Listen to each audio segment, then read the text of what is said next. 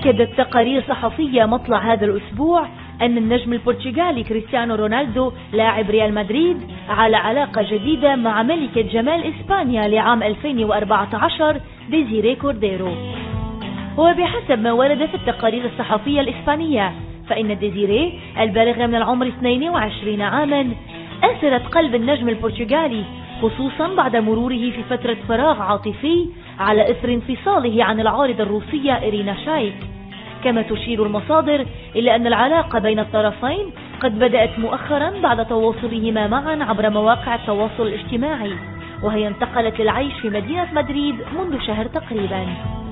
نشير إلى أنه في حال كانت قصة الحب حقيقية فستكون هذه أول علاقة جدية يتمتع بها رونالدو منذ أن فارق العارضة الروسية.